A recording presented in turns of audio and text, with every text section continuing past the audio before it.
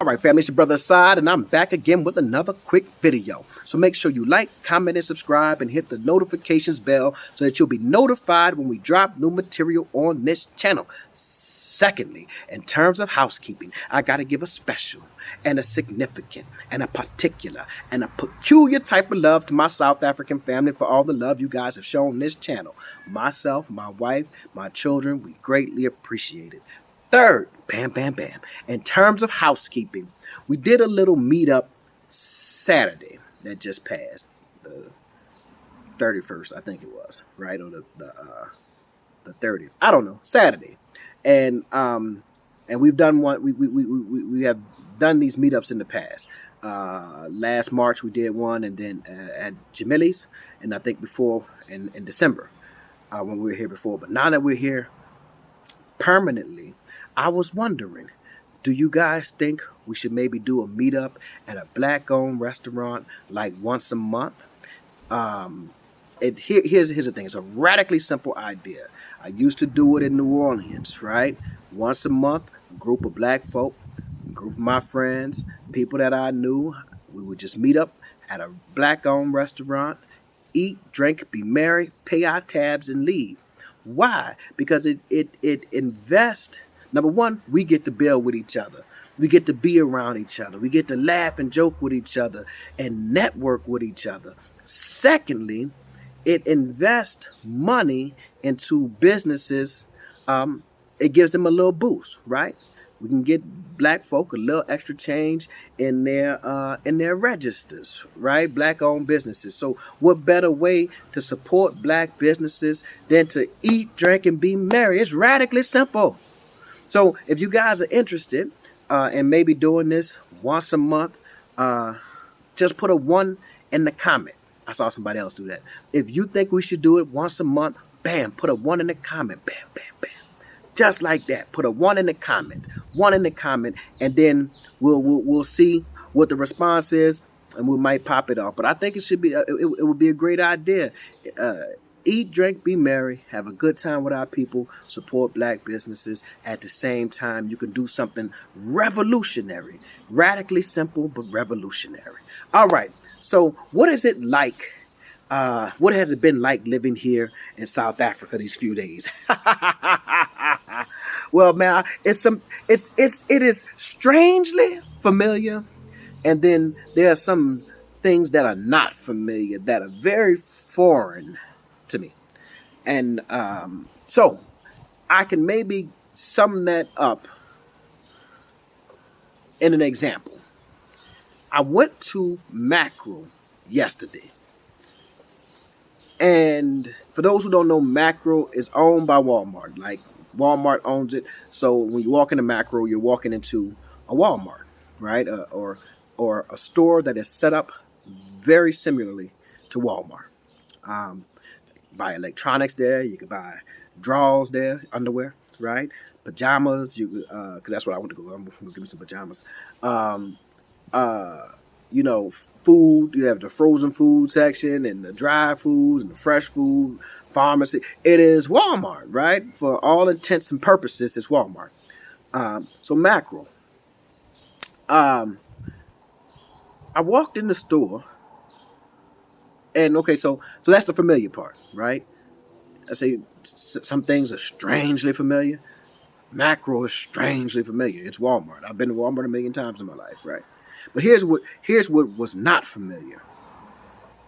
I needed to find an adapter plug. Like, so the plugs over here don't look like, you know, the ends of your cords that you plug into the wall don't look like the American ones. So you have to find these adapters to be able to plug into the wall or whatever have you. So I needed to find an adapter. I needed to find a heater. The person that helped me was a black brother. I needed to find some allergy medicine, right? And the person that helped me with that was another black brother.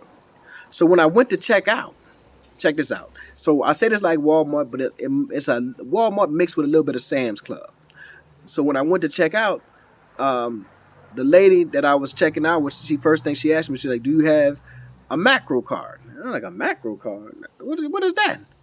right? So just like a Sam's Club card, right? So she sent me to go get a macro card. Now it was free, but the person who helped me, who filled out my information for the macro card, was a black brother. While we were in the store, the manager was walking around. The general manager, he was walking around. He's like, "Yes, welcome to Macro, and we have these specials today." And walking around with a microphone, right? A black brother. Why am I pointing this out? I come from New Orleans, and New Orleans will always be my frame of reference. It's my home. About 3.5 years ago in New Orleans, 52% of black men were unemployed. 52%. COVID hit and only exacerbated those numbers, right? So the vast majority of black men in my city are unemployed slash underemployed, right? However, walking in macro reminded me of what was foreign to me, and it was the consequence of living in the majority. What do I mean by consequence? Not consequence meaning something detrimental. That's the connotation. The denotation is just it's a result. The result of living in a majority is that you'll see more black people in different places. And if you see more black people, you're going to see more black men. So the number of black men actually in the workforce here is something that's foreign to me, right? Um, Now, I'm not saying that black men in America don't work. That's not what I'm saying. It's to look and see like this such a pronounced representation of black men, black male employment in Johannesburg. You know, going into restaurants like Proud Mary and to have a host, not a hostess, a brother, a host, show me to my seat, and then to have the waiter also be a brother, right? And just various places that we have been in the last couple of days, and you see the representation of black men working. This is important. This is important. It is important for perception purposes, not only for myself, but also for children, my children, and the children who live here in South Africa, to see people who look like themselves often in places of in positions of authority and power, or just employed, right? So you know, in the hood, right? Black folk who are in the hood, right? They may look up to the drug dealer or the gangster or whatever have you, because there are not many other portraits of black men for them to imitate, right? That are very accessible, right? There's not many black bank manager owners, right? Black bank managers, right? So here, on the other hand, there's accessibility. They could see so many black men in these different positions, and the same for sisters. But I'm talking about brothers right now. They could see so many black men in these different positions, so that they don't have to just look up to the gangsters. They don't have to just look up to the thugs or the drug dealers. They can look up to the brother that's working at the bank. They can look up to the brother who is the manager of Macro, or who is the manager or owner of a restaurant. Jamili's, I believe, was the restaurant we went to in March. That's a young brother that owns that. Young brother with this massive restaurant, all these people, and it's popping, right? The bistro, Black Continental Bistro that we went to, that's a brother, that's a black brother that owns that. So this representation of black men in the workforce here in South Africa is something that is foreign, but it's something that is quite pleasantly surprising. Um, what else about being here in SA? I got a little introduction to load shedding, although it wasn't load shedding. This morning I woke up and the power was out, and they said it was maybe a transformer or something was blown, or a circuit, some kind of circuit. I don't know, ESCOM, something happened with that. So I quickly went and bought an inverter. And when I purchased the inverter, from the place, I think it was out in Randburg somewhere. I think that's what it was called.